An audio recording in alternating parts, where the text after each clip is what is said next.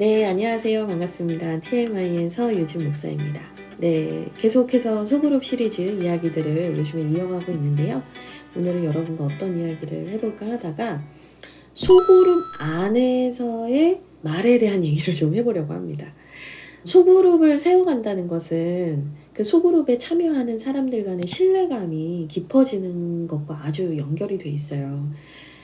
여기에서만큼은 내가 속이지 않아도 되고 가면 쓰지 않아도 되고 내 얘기를 할 수 있고 내가 여기서 용납받을 수 있고 내가 여기서 사랑받을 수 있다.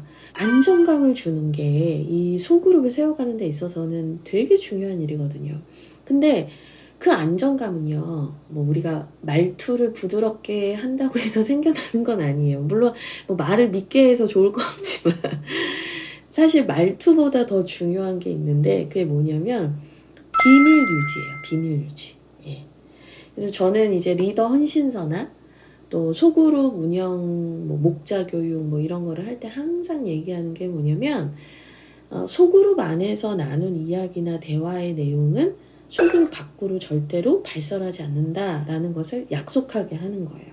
그거를 리더십에게도 먼저 교육을 하고요. 또 리더십을 통해서 목원들에게도 흘려보내서 그 소그룹 안에서 나눈 이야기는 제3자가 알고 그것들을 뭐 쉽게 가볍게 얘기하지 않도록 하는 게 정말 중요합니다.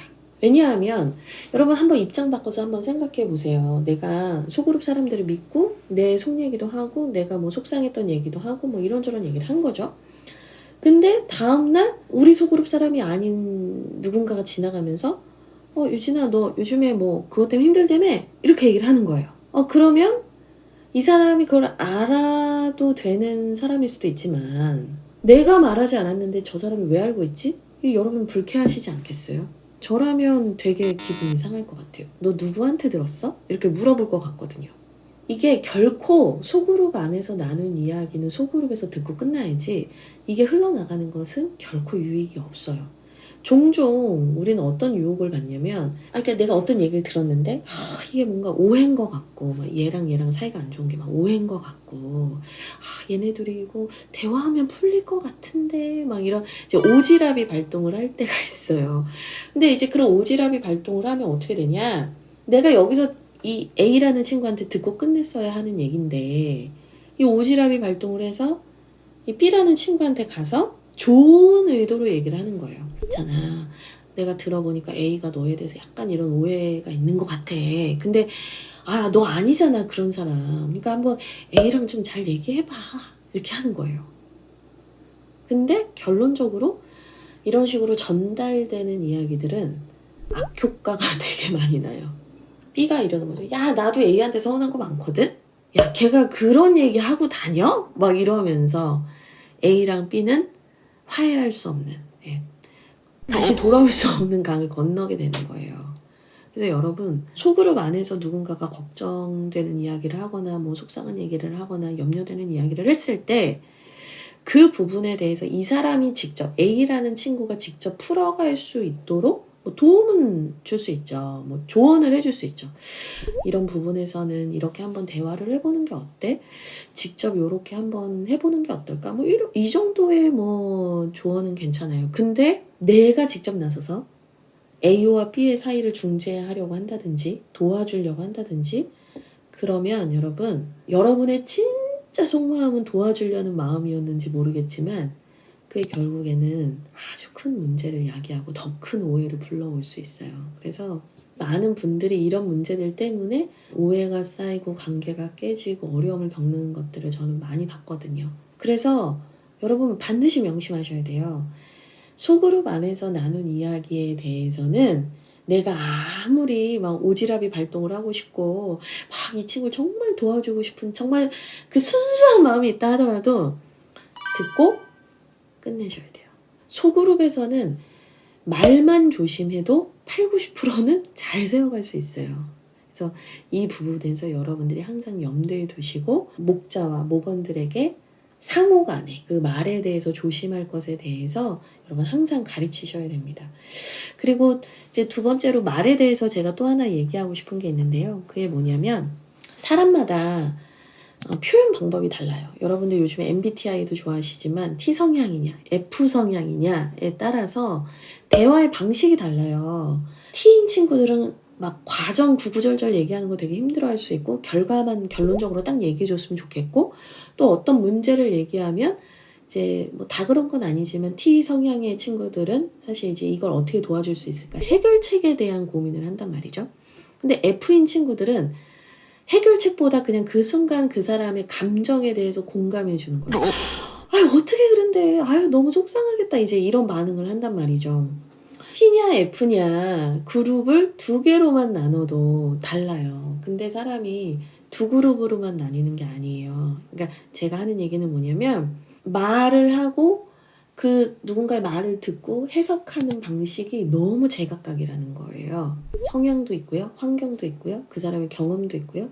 또 그 사람의 뇌구조도 있을 거고요. 그리고 이 사람 안에 왜곡되어 있는 필터라는 것들이 있어요. 사람은 말을 듣고 말을 하는 데 있어서 100% 똑같은 말투와 뉘앙스를 가지고 얘기하지 않거든요. 각자의 해석에 어떤 필터가 있단 말이에요. 그래서 그 과정에서 생기는 오해나 어려움들이 있을 수 있어요. 그래서 여러분들이 이 말을 할 때 내 의도에 대해서 충분히 설명해 주는 게 되게 필요해요. 그러니까 뭘 이런 것까지 설명해 하는 것도 때로는 설명이 필요하고요. 또 내가 누군가의 이야기를 듣고 오해가 생기거나 마음이 상했을 때는 이렇게 묻는 거예요. 내가 지금 너의 이야기를 들었을 때 네가 이렇게 얘기를 해줬는데 나는 그 부분이 네가 나한테 되게 좀 차갑게 말하는 것처럼 좀 느껴지기도 하고 사실 내가 바라는 거는 해결책이 아니라 공감인데 네가 이 부분에 대해서 내 마음을 몰라주는 것 같아서 내가 얘기를 하는 중에 조금 속상했다 이렇게 얘기를 해주는 거죠. 저도 지금도 그래요. 지금도 소그룹 하면서 그렇게 서로 커뮤니케이션 하는 방법을 서로 배워가요.